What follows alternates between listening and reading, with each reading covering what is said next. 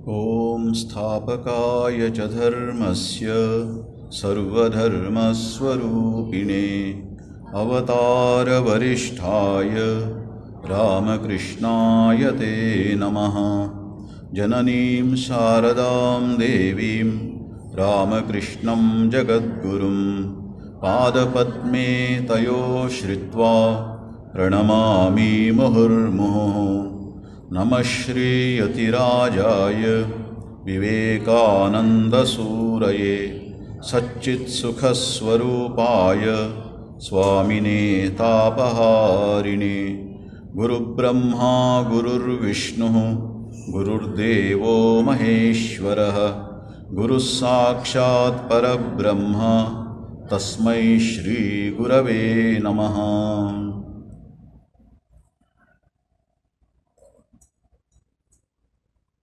आज गुरु पूर्णिमा का पवित्र दिन है। जैसे हमने सुना है, व्यासदेव जी का जन्मदिन है ये। उसको गुरु पूर्णिमा हम मनाते हैं, क्योंकि आप सब जानते हैं हमारे जो शास्त्र, प्रमुख रूप से वेद और उसके बाद उपनिषद तो वेद में ही आ जाएंगे, उसके बाद पुराण, भगवद गीता, ये सब के पीछे आप जाएंगे तब व्यासदेव ही दिख पड़ेंगे हमको। व्यासदेव जी ने वेद का विभाग किया, वेद का रचना नहीं की उन्होंने, वेद का विभाग किया। जैसे ऋग्वेद, यजुर्वेद, सामवेद, अथर्ववेद, और उसके बाद उन्होंने पुराण, अष्टादश पुराण, 18 पुराणों को उन्होंने लिखा है। और उसके बाद महाभारत, और ये जो उपनिषद का जो तथ्य है उन सबको ब्रह्मसूत्र में निबद्ध किया उन्होंने। और कहते हैं ये सब करने के बावजूद उनको मन में शांति नहीं मिला, फिर भी कुछ अधूरा रह गया, ऐसे उनको महसूस हो रहा था। फिर नारद जी ने उनको बताया, भगवान की लीला के ऊपर लिखो, भगवान की लीला। इसलिए उन्होंने भागवत लिखा। भागवत भी उनका ही रचना है। इसलिए आप देखेंगे जब हमारे शास्त्र के पीछे जो व्यासदेव जी का ये है, इसलिए उस व्यास पूर्णिमा को अनादिकाल से, मैं पता नहीं कब से शुरू हुआ ये प्रथा है, गुरु पूर्णिमा मानकर हम ये करते हैं। क्योंकि आप सब जानते हैं अपने अपने गुरु के जन्मदिन मानने से सारा साल को, है ना, किसी न किसी का गुरु का जन्मदिन होगा। इसलिए हम शास्त्र संप्रदाय में ये है कि व्यासदेव जी का जन्मदिन का गुरु पूर्णिमा हम मनाएं। और एक ये भी है जहाँ पे ना गुरु का प्रणाम करने का ये है संप्रदाय में, जो शास्त्र पढ़ते हैं वहाँ कहते हैं, सदाशिव समारंभाम व्यास शंकर मध्यमाम अस्मदाचार्य पर्यंताम वंदे गुरु परंपरा। ने गुरु परंपरा बोलते हुए, उसको मेंशन करते हुए, सदाशिव समारंभाम, शिवजी आदि गुरु कहते हैं उनको, और वहाँ से लेकर बीच में व्यास जी और शंकर जी, शंकराचार्य, और उसके बाद अपने गुरु। ये गुरु का ये संप्रदाय जो है, अब देखिए कितना लंबा संप्रदाय है हमारा, परंपरा कितना बड़ा है, कितना लंबा है और कितना गहरा है। इसलिए साल में एक बार गुरु का जन्मदिन हम मानते हैं, वो गुरु पूर्णिमा है, व्यासदेव जी का जन्मदिन। और ये जब ये मनाते हैं ना, इस समय हमें थोड़ा गुरु के बारे में चिंतन करना होगा। आजकल हम आधुनिक युग में है, जो भी हो शिक्षा पाने के लिए कंप्यूटर खोलो, जाओ गूगल पे और टाइप करो, आपको जो भी इंफॉर्मेशन ज़रूरत है वो मिल जाएगा। चाहे वो वेद हो, उपनिषद हो, पुराण हो, या बायोलॉजी हो, हिस्ट्री हो, केमिस्ट्री हो, जो भी आप देखो सब आपको इंफॉर्मेशन वहाँ मिल जाएगा। एज ऑफ इंफॉर्मेशन, अभी तो इंफॉर्मेशन का युग है, इसलिए कंप्यूटर खोलने का भी जरूरत नहीं, अभी तो अपने मोबाइल में आ गया है। लेकिन क्या उससे जीवन में कुछ बदलाव आएगा? बहुत सारे लोग ये पूछते हैं, गुरु के पास जाने का क्या जरूरत है? मैं जो भी जानना चाहता हूं, जो भी मुझे ज्ञान चाहिए, वो सब अपने इंटरनेट में मिल जाते हैं। हमारे बहुत सारे इंस्ट्रूमेंट जो उसके द्वारा माध्यम से हमें मिल जाते हैं। फिर गुरु का जरूरत क्या है? देखिए, जब हम ये करते हैं ना, उसमें जाते हैं, वो इंफॉर्मेशन है। इंफॉर्मेशन है, ज्ञान मतलब वहां इंफॉर्मेशन के बारे में बता रहे हैं। उस हिसाब से जैसे हम आजकल का जो दुनिया हम देख रहे हैं, उसी माध्यम से पढ़े हैं, सीखे हैं, बड़े हुए हैं। क्या यह समाज, जो समाज हम देख रहे हैं, वो ठीक है? एजुकेटेड लोग बहुत है, ये बात नहीं एजुकेटेड नहीं है। शिक्षित लोग जिसको हम कहते हैं वो बहुत सारे लोग हैं। क्या हम उससे आनंद से रहते हैं, शांति से रहते हैं? जहां भी देखो, हर एक व्यक्ति के पास जाके पूछो, क्या आपके मन में शांति है, आपको सुख मिलता है? एक एक व्यक्ति के पास जाके पूछिए, आपको मतलब मैं शांति से हूं, ऐसे कहने वाले बहुत कम मिलेंगे।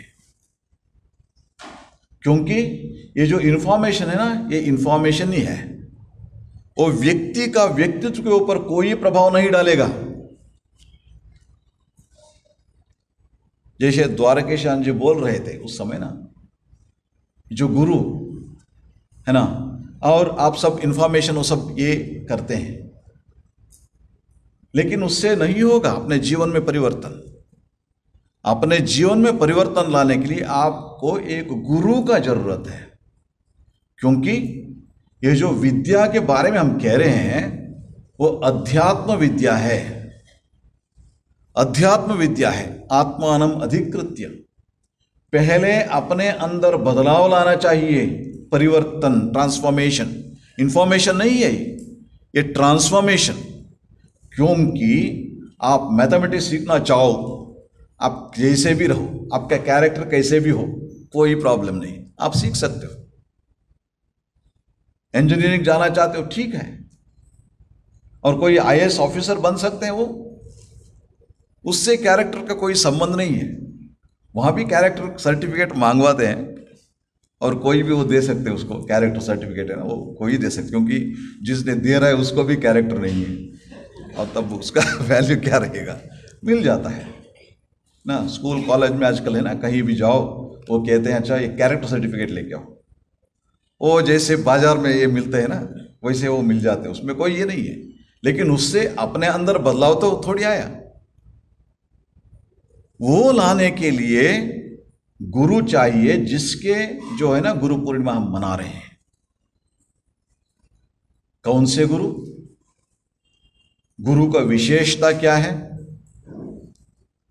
देखिए, श्रोत्रियम अकामहतम ब्रह्मनिष्ठम, ये होना चाहिए। जो शास्त्र जो है,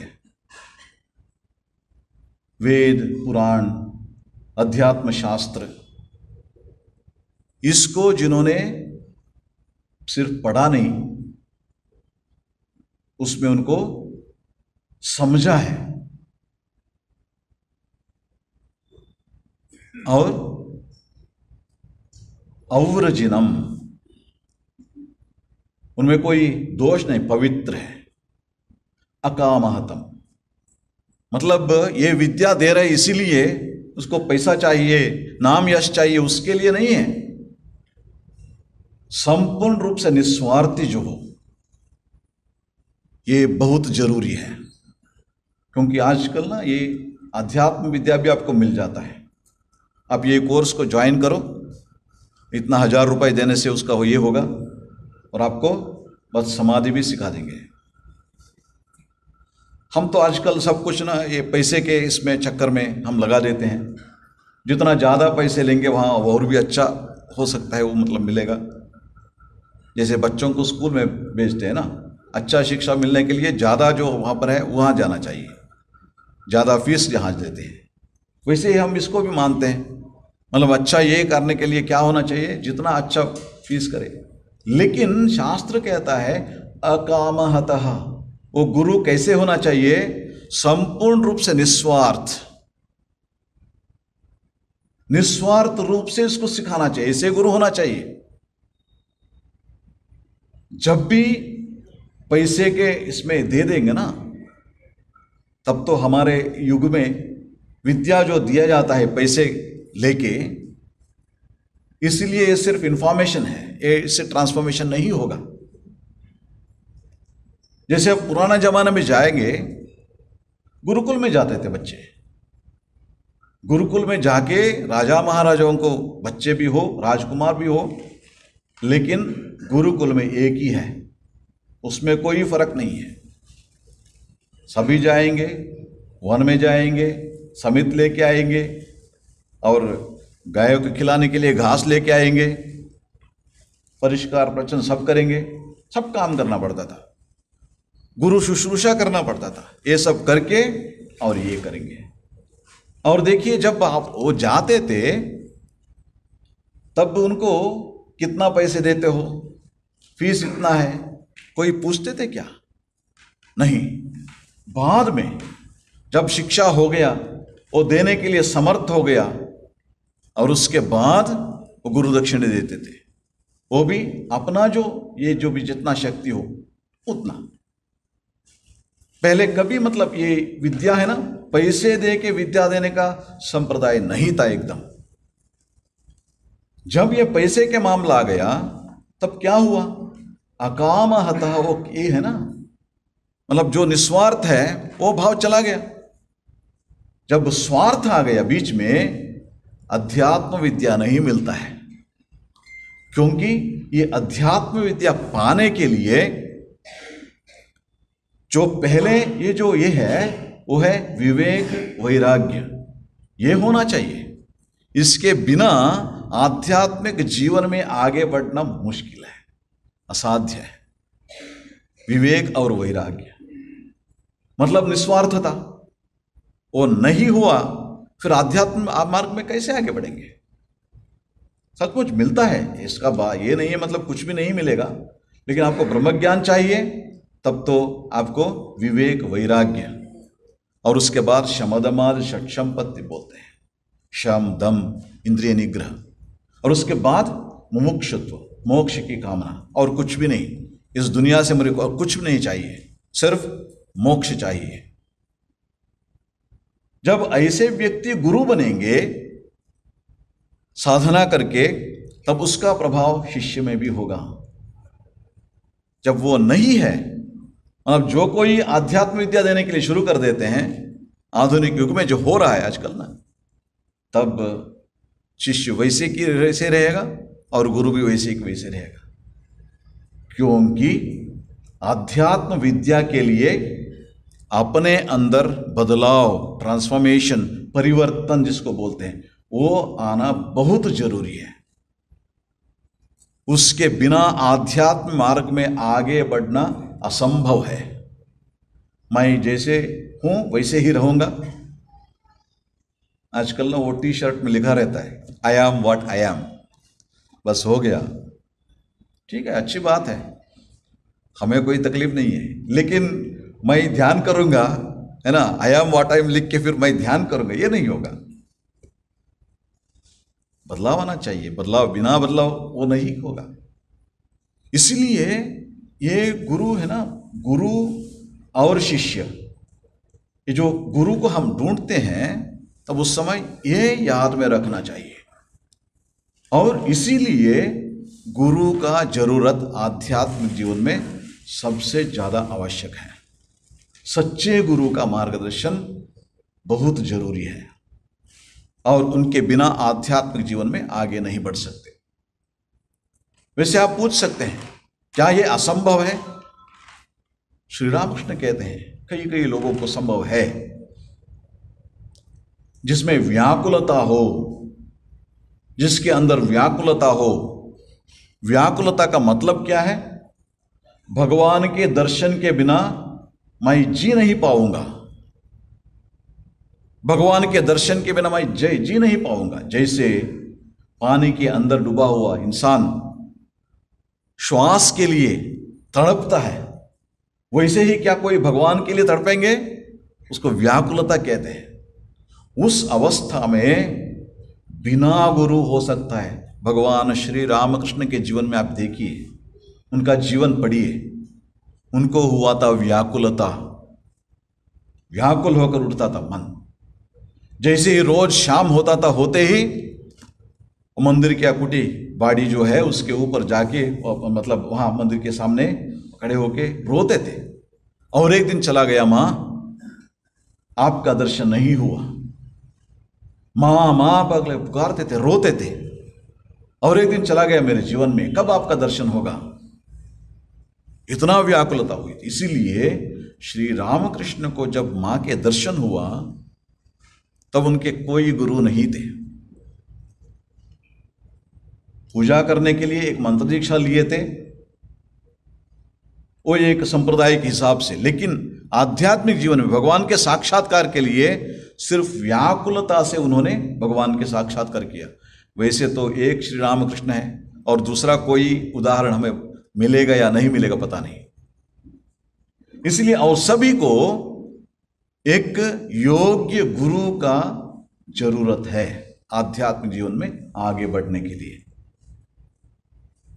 इसलिए गुरु अपने जीवन में बहुत महत्वपूर्ण होते हैं, क्योंकि जो दुनिया में हम हैं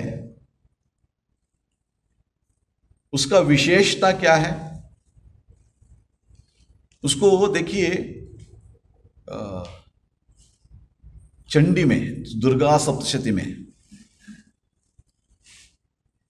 एक जगह पर मां के बारे में कहते कहते ये कहते हैं, ज्ञानिनामपि चेतांसी देवी भगवती ही सा बलादाकृष्य मोहाय महामाया प्रवर्तते।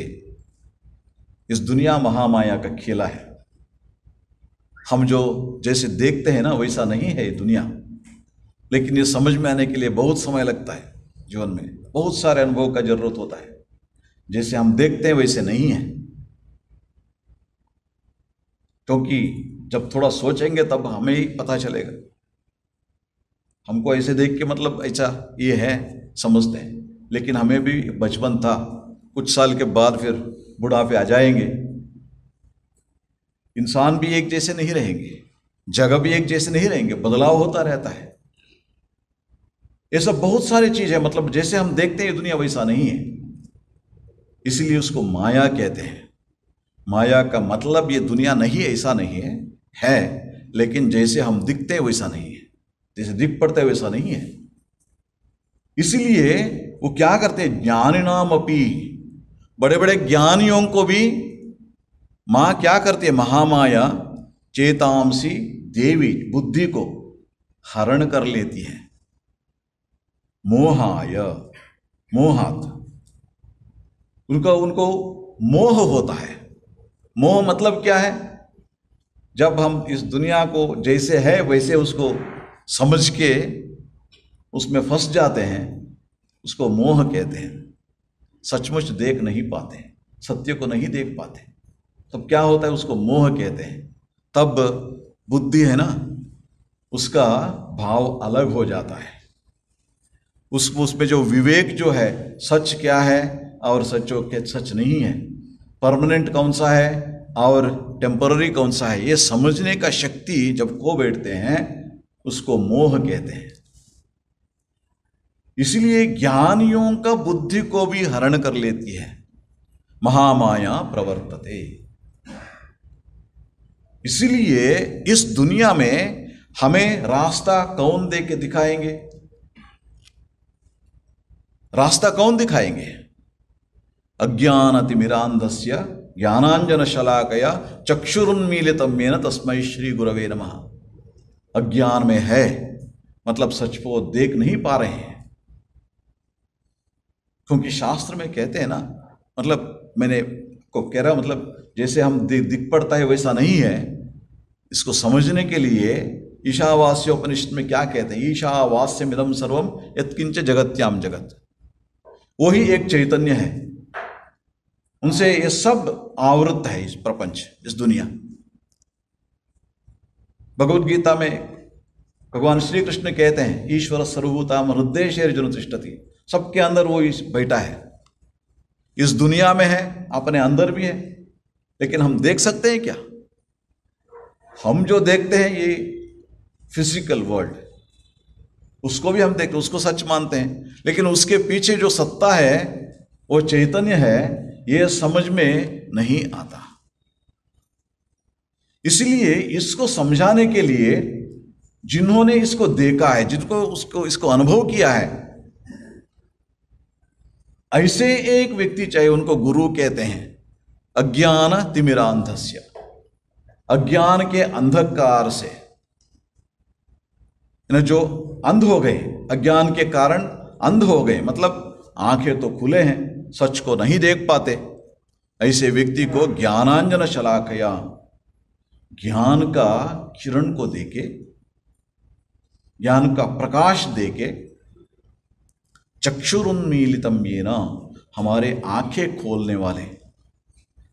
खोलने वाले ऐसे गुरु को तस्मै श्री गुरवे नमः, उसी गुरु को, ज्ञान की आंखें जो खोलते हैं, जिनकी कृपा के कारण से, उनको गुरु कहते हैं। जब वो ज्ञान की आंखें खोलेंगे, खोलने से क्या होता है?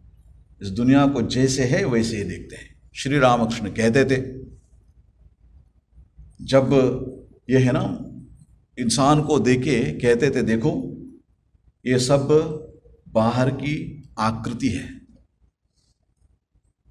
अंदर चैतन्य जगमग रहा है, अंदर चैतन्य जगमग रहा, मैं देख सकता हूं, और आंखें बंद करके ध्यान कर सकता हूं, आंखें खोल के भी ध्यान कर। आंखें बंद करने से क्या? अपने अंदर के चैतन्य गोचर होता है, आंखें खोल के देखने से ये विश्वव्यापी चैतन्य, वो ज्ञान है। जब गुरु को ये ज्ञान है, इसका मतलब क्या है? वो गुरु के अंदर परिवर्तन आया है, ये इंफॉर्मेशन की बात नहीं है। श्री रामकृष्ण इसको ज्ञान और विज्ञान कहते थे। श्री रामकृष्ण कहते थे जिसको ज्ञान है उसका अज्ञान भी है। उसको जब पढ़ते हैं ना, समझ में नहीं आता है हमको, जिसका ज्ञान है उसका अज्ञान भी है, श्री रामकृष्ण कहते हैं। मतलब क्या है ज्ञान? मतलब क्या है? देखिए, शास्त्र में वेद को भी ज्ञान कहते हैं, विद्या, उसमें परा और अपरा। अपरा विद्या मतलब ये भी है, मतलब ऋग्वेद, यजुर्वेद, सामवेद, अथर्ववेद, शिक्षा, कल्प, व्याकरण, जो भी मतलब किताब में लिखा है, हम वो सब देखते हैं ना, पढ़ते हैं ना, वो सब इस ज्ञान में आ गया। और जिसका ज्ञान है उसका ज्ञान भी है, क्योंकि वो सिर्फ किताब पढ़ा है, अपने अनुभव नहीं हुआ, ट्रांसफॉर्मेशन नहीं आया, उसके अंदर परिवर्तन नहीं आया। इसीलिए जिसका ज्ञान है उसका अज्ञान भी होता है।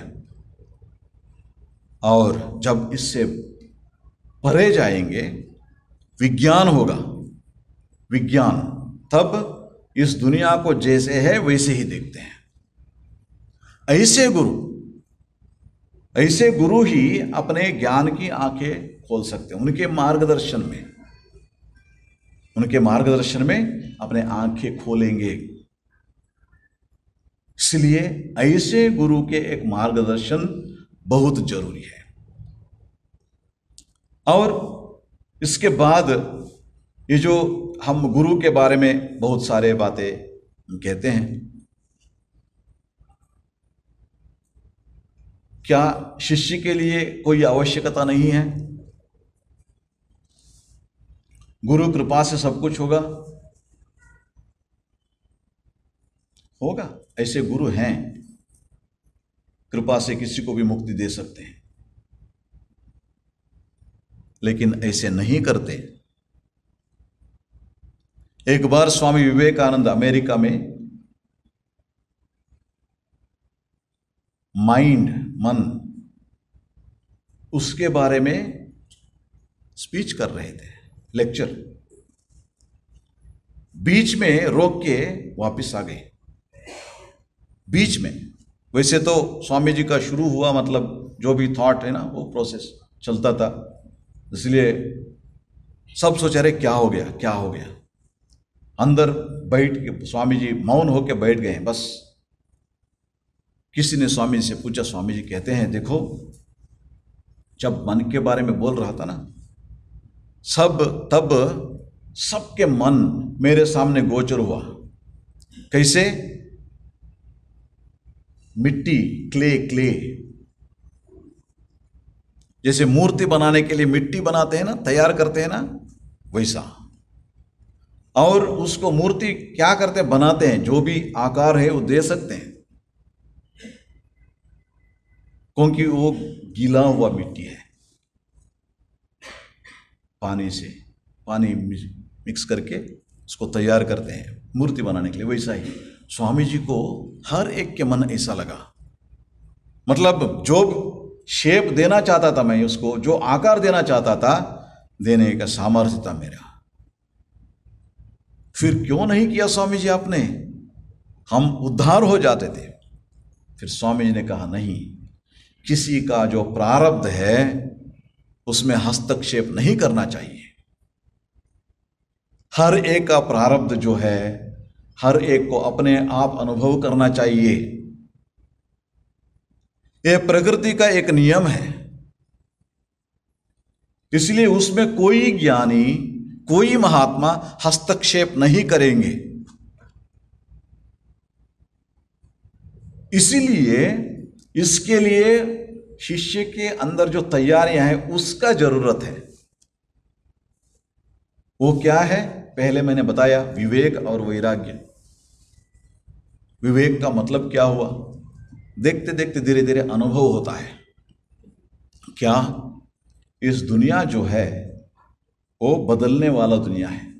मिथ्या कहते हैं शास्त्र में, सत्य और मिथ्या। सत्य मतलब 3 काल में एक जैसे रहता है, उसको सत्य कहते हैं। पहले भी था, अभी भी वैसा है, और भविष्य में भी वैसा ही रहेगा, उसमें कोई बदलाव नहीं होता। आप इस दुनिया में कोई भी चीज देखो, वो बदलता रहता है।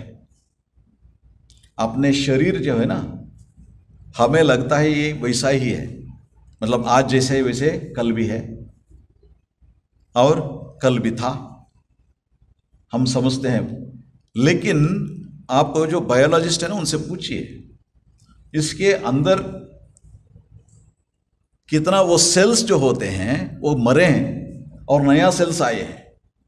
रोज हजारों सेल्स मरते हैं और नया सेल आते हैं। बाहर से नहीं दिख पड़ता, लेकिन हो रहा है, ये प्रक्रिया बदलता रहता है। वैसे ही इस दुनिया, लेकिन हम उसको देख नहीं पाते। और जब जिसको इसका अनुभव होगा, तब उसके मन में ये होगा, मतलब सत्य को पकड़ना चाहिए। ये जो है मिथ्या, मतलब बदलता रहता है ये दुनिया। इसके अंदर क्या सच, क्या सच्चाई क्या है, उसको पकड़ने के लिए कोशिश करना चाहिए। उसको विवेक कहते हैं। और ये समझने के बाद जब उनको ना ये इस दुनिया के जो भी चीज है, ये सब समय हमारे साथ नहीं रहने वाला है। अपने शरीर भी, अपने शरीर तक, सिर्फ बाहर की चीज नहीं, अपने शरीर तक अपने पास नहीं रहने वाला है, तब उसको इसके ऊपर मोह चला जाता है, उसको वैराग्य कहते हैं। जब तक हमारे मन में ये रहेगा, इस दुनिया के कोई भी चीज ये परमानेंट है, सब समय हमारे साथ रहेगा अपने शरीर तक, तब तक उसका वैराग्य नहीं हुआ, तब तक वो ब्रह्म ज्ञान के मार्ग में जाना असंभव है। यही रहेंगे, तैयारी चलता रहता है। जब ध्यान सभी करो, साधना करो, सब कुछ करो, अपने के लिए तैयारी रहता है। अपने अंदर पूछो अकेले में बैठ के, मेरे को क्या चाहिए? नाम, यश या संपत्ति या आरोग्य, ये सब के पीछे जब तक भागते रहेंगे तब तक भगवान को जो प्यार है ना वो नहीं होता, भगवान के प्रति प्रेम नहीं होता। इसलिए ऐसे व्यक्ति को विवेक और वैराग्य ये दोनों होना चाहिए। जब भगवान को पुकारते हैं ना, ये दोनों होने से फिर भगवान के ओर जाने के लिए समर्थ होते हैं। और उसके बाद शम दम, इंद्रिय निग्रह, ये समझने के बाद है ना, कुछ खाने के लिए, कुछ पीने के लिए, कुछ पाने के लिए बहुत सारे होते हैं। क्या मेरा जो लक्ष्य जो है उसको पहुंचने में कि ये मदद करेगा, तब उसको पाने के लिए कोशिश करेंगे। या मदद नहीं करेगा, मददगार नहीं होगा, उसको छोड़ते हैं। तब उसको इंद्रिय निग्रह कहते हैं, उसके पास भी नहीं जाते। और यह होने के बाद उसके साथ साथ मुमुक्षुत्व, भगवान की साक्षात्कार ही मेरा जीवन का एकमात्र उद्देश्य है और सभी सेकेंडरी है। वो मेरे जरूरत है जितना हाल तक वो हमें मेरे सहायक होंगे।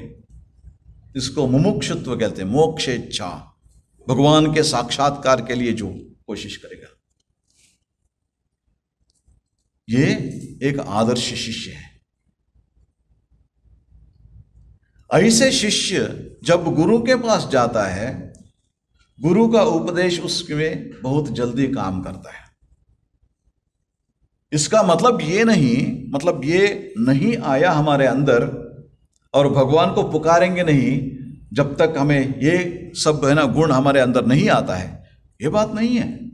क्योंकि उसको पाने के लिए, इस गुण को पाने के लिए, इस भाव को पाने के लिए भी भगवान का स्मरण करना पड़ता है, भगवान से प्रार्थना करना पड़ता है। इसलिए मंत्र दीक्षा लेके जप ध्यान करते हैं, भगवान को पुकारते हैं, क्योंकि तब तक भगवान की ओर जाने का कोई ये नहीं रहता ना। फिर भी उसके लिए तैयारी, अपने आप को तैयार करने के लिए जप धारण करना पड़ता है, प्रार्थना करना पड़ता है।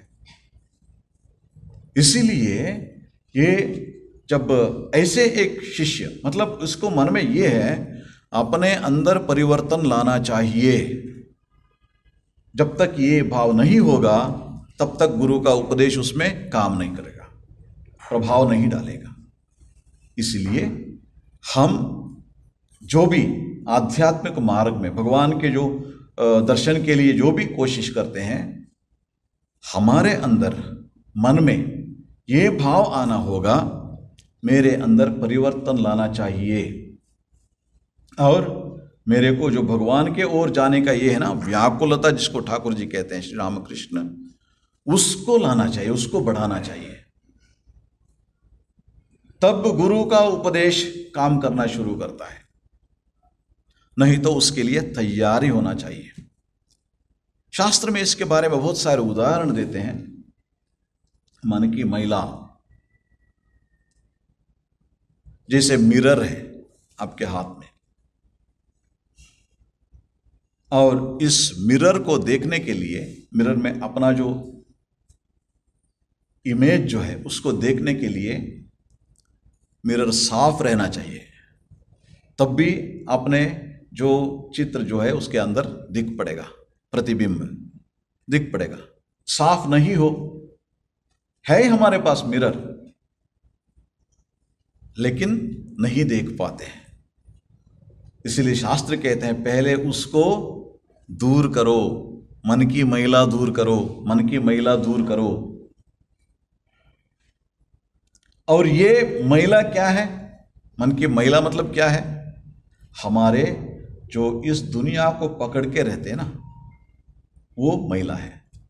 इसलिए इससे छुटकारा पाने के लिए भगवान की कृपा चाहिए, क्योंकि जो भी है ना ये आध्यात्मिक जीवन में जाना चाहते हैं वो भगवान की कृपा से होती है, भगवान की कृपा से और गुरु कृपा से। गुरु की कृपा चाहिए, क्योंकि देखिए ये जो आध्यात्मिक मार्ग में जो भी प्रयत्न करते हैं, साधना ये सब करते हैं, जब शुरू शुरू में ना मन जैसे हम पहले सोचते थे भगवान को चाहता है उतना नहीं चाहता है, और धीरे धीरे जब मन पवित्र होता जाता है, उनको पुकारते हैं, जब ध्यान करते हैं, धीरे धीरे पवित्र होता जाता है, तब धीरे धीरे मन है ना, मन के अंदर जो तीव्रता, भगवान को पाने के लिए तीव्रता, वो बढ़ता जाता है। जब मन संपूर्ण रूप से पवित्र हो जाता है, तब सचमुच व्याकुलता, जिसको ठाकुर जी व्याकुलता कहते हैं, वो मन में आती है। तब श्री रामकृष्ण कहते हैं जब मन व्याकुल हो उठता है। व्याकुल हो उठता है मतलब कैसे कैसे पता चलता है? भगवान के नाम सुनने से, भगवान के नाम स्मरण करने से, भगवान के नाम जप करने से आंसू बहाते हो, आंसू निकलते हैं, तब समझो समय आ गया है। अरुणोदय कहते हैं। आसमान में सुबह सुबह जो लाल रंग दिख पड़ता है वो है, वो अरुणोदय हुआ, तब सूर्योदय जरूर होने के लिए ज्यादा समय नहीं है। तब तक अपने मन के अंदर व्याकुलता नहीं हुई है, हमें समझना चाहिए। वो होने के बाद फिर सूर्योदय होगा, अरुणोदय के बाद सूर्योदय होगा। आसमान में जब सुबह सुबह पहले लाल रंग दिखेगा और उसके बाद ही सूर्योदय होगा, वैसे ही व्याकुलता के बाद भगवान के साक्षात्कार। इसलिए उसके लिए क्या हम तैयारी है, अपने आप को प्रश्न करना चाहिए। और ये तैयारी हुआ, फिर गुरु का जरूरत क्या है, यह प्रश्न उठता है। जब जो वेदांत साधना करते हैं ना, वेदांत साधना जो करते हैं, वहां पे जो अपना प्रयत्न जो है, पुरुषाकार जिसको बोलते हैं, अपना प्रयत्न, स्व प्रयत्न जो है बहुत महत्वपूर्ण है। वहां पे इस मार्ग में, ज्ञान मार्ग में अपना जो प्रयत्न बहुत महत्वपूर्ण है। वो कहते तुम मेहनत करो, तुम कोशिश करो, तुम साधना करो, तपस्या करो। भक्ति मार्ग में जाने वाले क्या कहते हैं? हम कहते हैं भगवान की कृपा से होगी, और धीरे धीरे कभी कभी ना सब भगवान के ऊपर छोड़ देते हैं, सब कुछ भगवान के ऊपर छोड़ देते हैं, लेकिन नहीं तो गुरु के ऊपर छोड़ देते हैं। गुरु कृपा, कुछ भी नहीं करते। और ये दोनों भी ठीक नहीं है, क्योंकि ज्ञान मार्ग में जो भी जाते हैं ना, वो जाने वाले वो भी कहते हैं गुरु की कृपा बहुत जरूरी है, गुरु का मार्गदर्शन बहुत जरूरी है। एक सच्चे गुरु की मार्गदर्शन नहीं मिला तो आगे नहीं बढ़ सकोगे। जब सच्चे गुरु होंगे, सच्चे शिष्य होंगे, आश्चर्यो वक्ता कुशलोस्य लब्धा, शास्त्र में कहते हैं, आश्चर्यो ज्ञाता कुशलानुशिष्ट। तब जो गुरु है, सच्चे गुरु है, और शिष्य भी उपदेश पाने के लिए तैयार है, उपदेश देने के साथ साथ उसका साक्षात्कार होता है। श्री रामकृष्ण के जीवन में देखिए, जब तोतापुरी महाराज आए वहां पे, लड़ाना से है यहां से, और वहां से गए दक्षिणेश्वर, और जैसे श्री रामकृष्ण के को देखा उन्होंने, ये तो वेदांत सीखने के लिए तो बहुत अच्छा ये अधिकारी है, इसलिए उनसे पूछा गया क्या सीखोगे। श्री रामकृष्ण पहले माँ के पास गए, जगन्माता काली के पास, और उनके ये मिल गया आज्ञा पाके, और कहते हैं अच्छा मैं तैयार हूँ। और उन्होंने श्री रामकृष्ण को उपदेश दिया 3 दिन में निर्विकल्प समाधि, जिसको पाने के लिए तोतापुरी स्वयं, इनके गुरु श्री रामकृष्ण के गुरु तोतापुरी स्वयं 40 साल उन्होंने तपस्या की थी, उसको इन्होंने 3 दिन में। क्यों? शास्त्र कहते हैं आश्चर्यो वक्ता कुशलोस्य लब्धा। जब जो गुरु, योग्य गुरु होते हैं, और जब शिष्य वो भी विद्या पाने के लिए तैयार है, श्री रामकृष्ण से तैयार थे उसके लिए। उसके पहले भी बहुत साधना की थी श्री रामकृष्ण, इसलिए वेदांत साधने के लिए तैयार थे। और 3 दिन में उनका निर्विकल्प समाधि हुआ। वो एक आदर्श विषय बन गए। इसका मतलब ये है, देखिए हमारे आध्यात्मिक जीवन में जितना हमें गुरु का जरूरत है उतना ही हमें अपने आप को ठीक करवाना है ना, वो भी जरूरत है। उसके लिए तैयार करना होगा अपने आप को, उसके लिए तैयार करना होगा। इसलिए उसके कैसे तैयारी करेंगे? जब तक मतलब हम तैयार होंगे तब तक गुरु के पास नहीं जाएंगे, नहीं है, वैसा नहीं। जब आपके मन में ये भाव उदय होगा, मैं जो भी हूं जैसे हूं, मेरे मन में शांति नहीं मिल रहा है और कुछ पाना है मेरे को, जो भी मैं पाया हूं अभी तक कुछ शांति नहीं मिला है और कुछ पाना है मेरे को। और जब ये भाव आता है आपके मन में, तब गुरु से उपदेश पाने के लिए योग्य हो। लेकिन इसका मतलब ये नहीं है भगवान के साक्षात्कार के लिए तैयार हो गए हो, वहां से शुरू होगा।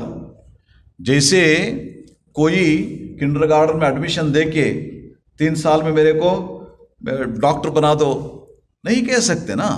वहां से शुरू होगा, किंडरगार्टन से सीखते हैं धीरे धीरे। पहले अल्फाबेटिक सीखेंगे और उसके बाद ये धीरे धीरे धीरे आगे बढ़ेंगे और उसके बाद ये होगा, 10th पास होगा, इंटरमीडिएट होगा और उसके बाद फिर मेडिकल में एडमिशन लेंगे। ये सब होने के बाद कितने साल के बाद देखिए, कोशिश करना। स्कूल में एडमिशन ले लिया, मैं डॉक्टर बनूंगा, उतना जल्दी नहीं होगा, उसके लिए समय होता है। वैसे ही आध्यात्मिक जीवन में भी वहां से शुरू होता है। पहले मन के अंदर ये भाव, भगवान के प्रति चाहत, अच्छा भगवान को पाने से, भगवान के साक्षात्कार होने से सचमुच आनंद और शांति मिलेगा। ये भाव जब आएंगे तब गुरु के दीक्षा लेने के लिए तैयार हो। और उसके बाद धीरे धीरे ना ये मन को पवित्र करता रहना। ये एक दिन का काम नहीं है, जन्म जन्मों से चलता रहा है। कई लोगों को कई जन्म लग जाते हैं, कई जन्म लग जाते हैं, लेकिन ये प्रोसेस चलेगा। इसीलिए अपना जो प्रयत्न है इसको जारी रखना बहुत जरूरी है आध्यात्मिक जीवन में। और यह आध्यात्मिक एक विशेषता है, सच्चे गुरु से आपने मार्गदर्शन लिया और उसके बाद अपना साधना शुरू की। जितना आगे बढ़ेंगे उतना मन में शांति मिलेगा, और जितना हम आगे बढ़ेंगे उतना अपने अंदर बदलाव आएगा, परिवर्तन आएगा।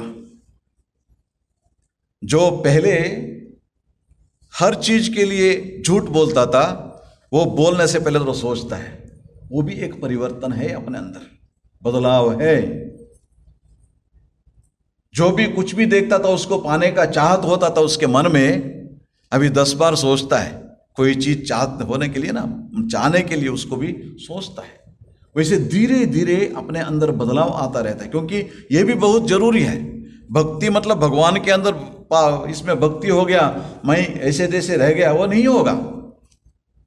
क्योंकि हमने पहले ही बताया, परिवर्तन जो है ये आना चाहिए आदमी के अंदर। धीरे धीरे धीरे व्यक्ति बाहर देखने के लिए वैसे ही रहेगा, लेकिन अंदर उनके सोच में बहुत बदलाव आ जाता है। उसको धीरे धीरे, अच्छा ठीक है, जो भी है भगवान की कृपा से मेरे पास है, और उसमें संतृप्त रहो। क्योंकि और दूसरे नए कुछ झामले में मत जाओ, मत पड़ो, उलझन में मत पड़ो इस दुनिया के। और क्या चाहिए मेरे को? भगवान को पुकारना बहुत जरूरी है। जब ये पुकारना शुरू होगा, धीरे धीरे भक्ति भी बढ़ता जाएगा, मन भी पवित्र होता जाएगा, और उसके बाद और साधक तैयार होगा। इसीलिए जो उपदेश है कभी कभी इस जन्म में हो जाता है, कई कई लोगों को इस जन्म में, अगले जन्म में तैयार होते हैं। भगवद गीता में बहुत सुंदर रूप से बोलते हैं, स्वल्पमप्यस्य धर्मस्य त्रायते महतो भयात्। थोड़ा भी आप साधना करो, वो उसके बहुत बड़ा मदद मिलता है अपने आप को, थोड़ा सा साधना करने से भी। और सिर्फ वो ही नहीं, ये जो आप जो साधना की है वो नष्ट नहीं होता। ये एक डिग्री पाने जैसा नहीं है। आध्यात्मिक साधना जितना करते हो अगले जन्म में वहां से आगे बढ़ोगे। जब ये शरीर छोड़ोगे अगले जन्म में तत्र तम बुद्धि संयोगम लभते पौर्वदेहिकम। जैसे मैंने बताया अभी डॉक्टर होने का, यदि एक डॉक्टर मर गया अगले जन्म में फिर डॉक्टर होना, फिर उसको किंडरगार्टन से शुरू करना पड़ता है, क्योंकि वो इस दुनिया का नॉलेज है, वो ज्ञान इंफॉर्मेशन है। लेकिन ये ज्ञान हमें मिला है साधना करके, उसके बाद क्या होता है, जब उसका योगी नाम है वो कुले भवति धीमताम, एक अच्छा कुल में उसका ये होगा जहां पर उसको साधना के लिए अनुकूल होगा। और वो क्या करता है ना, जैसे धीरे धीरे बड़ा होता जाता है वो बहुत कम आयु में ही अपने अंदर भगवान का चाहत व्यक्त होता है। जितने पिछले जन्म में जहां से छोड़ा था वहां से आगे बढ़ेगा। जिज्ञासुरपयोग से शब्द ब्रह्माति वर्तते, उसमें जैसे मन में जिज्ञासा होता है, अच्छा ये क्या, ये प्रपंच सचमुच सत्य है, शाश्वत है, तब उसे ये जिज्ञासा से जल्दी ही आगे निकल जाएगा वो। क्योंकि पिछले जन्म में जो किया था ना वो साधना है उसके साथ। इसीलिए साधना जो करना है हमारे तरफ से वो भी उतना ही जरूर है जितना गुरु की कृपा। दोनों भी जरूरत है साधना के जीवन में भगवान के पाने के लिए। इसलिए हमें ये गुरु पूर्णिमा का दिन ये समझना चाहिए कि ये जो जितने अपने जो भक्त लोग भी हैं, दीक्षाली हैं, वो गुरु का जो उपदेश जो है उसको पालन करने के लिए कोशिश करना बहुत जरूरी है। क्या होता है ना, मंत्र दीक्षा लेने में बहुत जल्दबाजी करते हैं। बहुत सारे लोग मंत्र दीक्षा लेना जी लेना है ना, बहुत जल्दबाजी में रहते हैं। लेकिन और उसके बाद क्या जपदान करते हैं? गुरु बताए सुबह 1 घंटा या पौने 1 घंटा समय, और शाम को फिर एक बार ये उपासना करो, जप ध्यान करो, और अच्छे किताब पढ़ो, श्री रामकृष्ण वचनामृत पढ़ो। बहुत बड़ा ये नहीं है, अपने जो काम करते समय भी भगवान का स्मरण करते रहो। कोई काम छोड़ने के लिए नहीं बताते हैं, लेकिन कुछ साल बाद जब पूछते हैं ना क्या जप ध्यान करते हो, समय कहाँ जी, समय की बात आ गई। दीक्षा लेने के लिए तैयार हो जाते हैं, लेकिन उसके बाद गुरु का जो उपदेश है उसको अनुसरण करने में, उसका पालन करने के लिए पीछे पड़ जाते हैं। क्यों ऐसा होता है? इसीलिए गुरु के वाक्यों में, उनका जो उपदेश में विश्वास होना चाहिए। विश्वास बहुत जरूरी है। गुरु जो भी बोले हैं उनको हम फॉलो करेंगे, अपने जीवन में पालन करेंगे। जब करेंगे तब भी आगे बढ़ने के लिए होता है, क्योंकि गुरु की कृपा तभी मिलेगा जब हम गुरु का वाक्य जो उसको पालन करेंगे।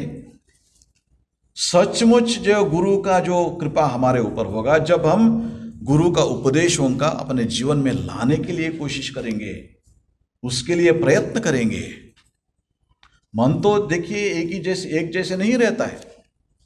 कभी कभी जब ध्यान करना चाहता है, भजन करना चाहता है, कभी कभी मन सुनता ही, क्योंकि अपना जो संस्कार है, पूर्व जन्म से आए हुए संस्कार वो सब है, इसी के कारण है ना, वो खींचता है नीचे। इसका मतलब ये नहीं हम छोड़ दें, कुछ ना कुछ प्रयत्न जारी रखना है। क्योंकि स्वामी विवेकानंद कहते हैं you become a failure when you not when you really fail. जब कोई कुछ करने में विफल हो जाते हैं ना, वो वैफल्य नहीं, वो फेल्यूर नहीं है। सचमुच फेल्यूर तब होता है जब आप कोशिश करना छोड़ देते हो, व्हेन यू स्टॉप ट्राइंग। जब ये कुछ भी जो भी थोड़ा कुछ करते हैं ना, जब ध्यान, वो भी जब छोड़ देते हैं वो फेल्यूर होता है। उसको जारी रखो, ये अपने जीवन में बहुत जरूरी है। वो उसके लिए कोशिश करना चाहिए, क्योंकि तभी गुरु की कृपा हमें मिलेगी। गुरु की कृपा तभी हमें मिलेगी, क्योंकि गुरु का जो कैसे हम ये दें, मतलब हमें श्रद्धा जताए, कैसे जताएं, बहुत सारे लोग पूछते हैं। उनके जो उपदेश है उनको स्मरण करके अपने जीवन में लाने के लिए कोशिश जारी रखो, उस कोशिश को जारी रखो। वो ही हमें जो गुरु को देते हैं ना, वो बहुत बड़ा प्रणामी जो भी आप सोचो वो है। और गुरु हमसे और कुछ नहीं चाहते। जो भी गुरु उपदेश देते हैं उनका यही मकसद रहता है, इनके अंदर आत्मशक्ति जागृत हो, इनको भगवान के साक्षात्कार हो। ये मेरा शिष्य बन गया, ये बड़ा आदमी है, ये छोटा आदमी है, इसे कुछ भी सोचते नहीं। गुरु का सिर्फ इतना ही है, आपके अंदर आत्म जागृति हो, चैतन्य हो, यही गुरु की इच्छा होती है। इसीलिए इस बात को याद रख के हमें जब गुरु की कृपा चाहिए, तब उसका एक ही मार्ग है, उनका उपदेश जो है अपने जीवन में लाना। संपूर्ण रूप से ला नहीं सकते हैं तो ठीक है, लेकिन प्रयत्न तो रहना चाहिए। इसका मतलब ये नहीं हम कोशिश तो बंद करेंगे, छोड़ देंगे, वैसा नहीं होना चाहिए। वो देखिए, उसको कहते हैं गुरु का अपचार होता है। अपचार होता है जब एक सिद्ध गुरु से उपदेश लेने के बाद उनका जो वाक्य को हम पालन नहीं करते, उनको उपदेश को अपने जीवन में लाने के लिए कोशिश नहीं करते, वो अपचार होता है। बहुत उसके बच के रहना, सब समय याद रखना चाहिए। इसको अपने जीवन में लाने के लिए कोशिश करो। गुरु को कुछ नहीं होगा उससे, गुरु को तो कुछ नहीं होगा, क्योंकि गुरु को तो आपसे कोई ये भी नहीं है। सिर्फ वो ये चाहते हैं आपके अंदर आत्म जागृति हो, भगवान के साक्षात्कार हो, इतना ही है। लेकिन हमारे जो है ना, उसके बारे में सोचना चाहिए। इसलिए जिसको भी एक गुरु से उपदेश लिए हैं, मार्गदर्शन लिए हैं, उसको अपने जीवन में लाने के लिए, पालन करने के लिए कोशिश कीजिए। ये हम गुरु को देना बहुत बड़ा ये है। उसी से गुरु तृप्त होंगे, उसी से गुरु की कृपा हमारे ऊपर होंगे। क्योंकि साधना जो है ना, हम जितना भी प्रयत्न करें, गुरु कृपा से आगे बढ़ना असंभव है। कभी कभी है ना, कभी कभी ऐसे समय आ जाते हैं तब गुरु की कृपा ही हमें आगे ले जाते हैं। लेकिन उसके लिए हमारा कोशिश जारी रखना बहुत मुश्किल है। उस कृपा पाने के लिए, उस कृपा पाने के लिए अपने जो कोशिश जो है, साधना जो है, उसको जारी रखना वो उतना ही जरूरत है। इसीलिए रामकृष्ण मिशन में जब गुरु उपदेश देते हैं, आपको बहुत बड़े बड़े साधना नहीं बताते हैं। सुबह शाम कुछ समय आप भगवान के नाम करने के लिए ये करो, बहुत बड़ा पूजा विधान वो सब नहीं बताते। उपासना बताते हैं, कोई भी कर सकते हैं उसको, लेकिन समय निकाल के रोज है ना उसको करना, और उसके साथ साथ अपने अंदर बदलाव लाने का कोशिश जो है ये करो, तब आगे बढ़ गए आध्यात्मिक जीवन में। इसलिए आज ये गुरु पूर्णिमा के दिन, पवित्र दिन, हम सब अपने गुरु जो है उनके उपदेशों को स्मरण करेंगे और उसको अपने जीवन में जारी करने के लिए कोशिश जारी रखेंगे। ये बात अपने अंदर लाना चाहिए, एक इसको लेना चाहिए, प्रण लेना चाहिए हमको, तभी हम आगे बढ़ सकते हैं। और आप सबको एक इन्फॉर्मेशन देना चाहता हूँ। बहुत सारे भक्त लोग पूछ रहे हैं कब अगले बार मंत्र दीक्ष होगा, अपने घर में कोई है और कोई ये है। अभी तो हाल में आप जानते हैं 2 साल कोरोना था, इसी के वजह से जो गुरु यहाँ आने वाले हैं उनको सब मतलब बहुत सारे व्यस्त हैं। और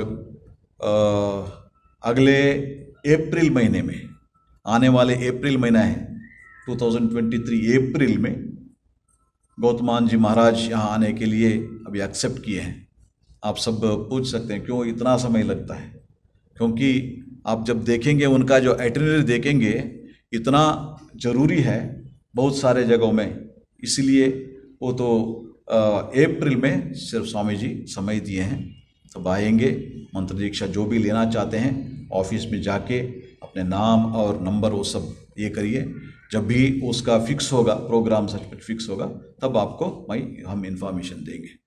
इसलिए वो जगत गुरु श्री रामकृष्ण, हमारे लिए श्री रामकृष्ण जगत गुरु हैं, और उनकी कृपा हम सबके ऊपर बने रहे। और अपने गुरु जो है वो भी श्री रामकृष्ण के एक रूप है, और उनके जो उपदेश है उसको हम पालन करने के लिए कोशिश करेंगे, और उनकी कृपा हम सबके ऊपर रहे, इसी प्रार्थना से विराम देता हूँ। ओम शांति शांति शांति। हरि ओम तत्सत्। श्री राम कृष्णार्पणमस्तु।